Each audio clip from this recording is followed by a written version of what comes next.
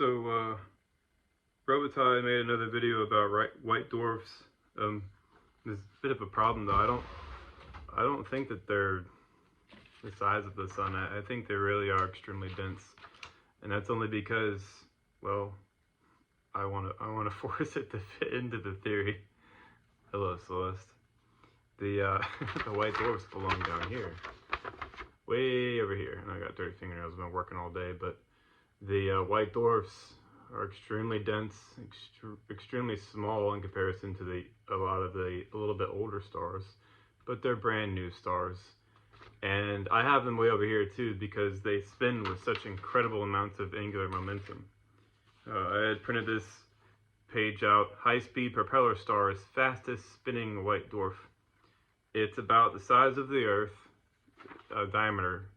It's 200,000 times the mass of the Earth, which is absolutely insane.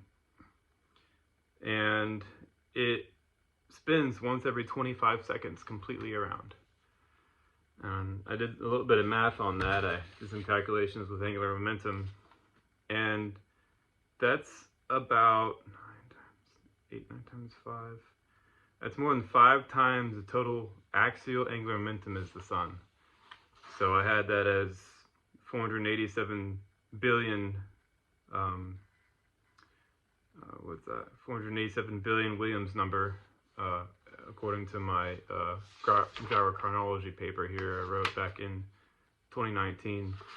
But basically, that's the Williams number is a shortened version of the axial angular momentum. So the sun is 90 billion. The J0240 plus 1952, that name, is about 5+ times more axial angular momentum as the sun, which makes sense because when young stars are born, they are extremely dense and they spin extremely rapidly. The theory of stellar metamorphosis has actually the process for birthing stars being the same for stars and entire galaxies themselves. So some process makes them branch out. So the same phenomenon occurs for something happening, some type of electromagnetic event happens, and some certain material gets collected in it, and at the very beginning is what it's going to either become an AGN or active galactic nuclei, or some other materials added to it and it goes in another direction and it becomes a white dwarf, which expands outwards and becomes a normal star. So the information or the energy is there, but some type of information enters into that very young spinning object, and it spins even more rapidly and does some really weird, pardon my French, shit, and then it expands and ejects 2 bilateral lobes outwards and creates the arms of the galaxy, or it just expands outwards very slowly and becomes a normal star. I have yet to work out that process. But anyways, there's some really weird stuff going down in outer space, and to properly place white dwarfs, they're extremely young, extremely energetic, extremely hot, and they belong way, way, way, way, way down here.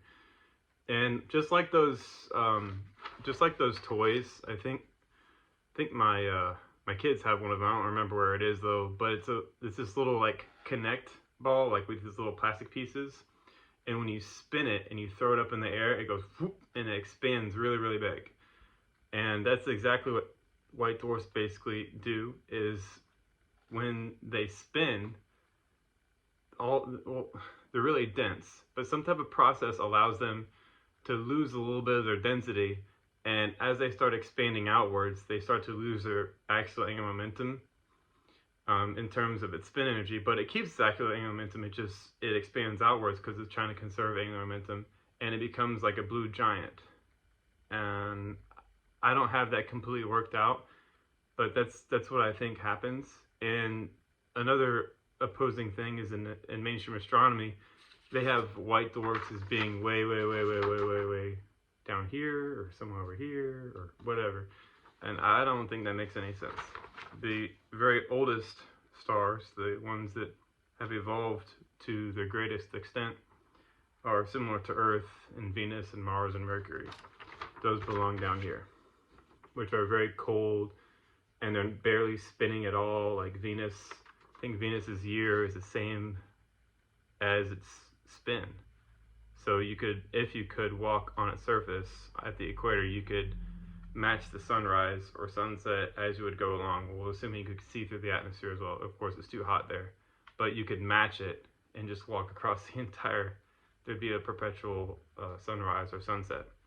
But yeah, old stars, they don't spin very rapidly. So mainstream has that completely backwards. They have these incredibly energetic objects.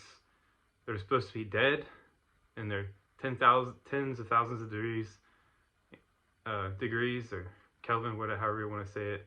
It just doesn't make any sense to me.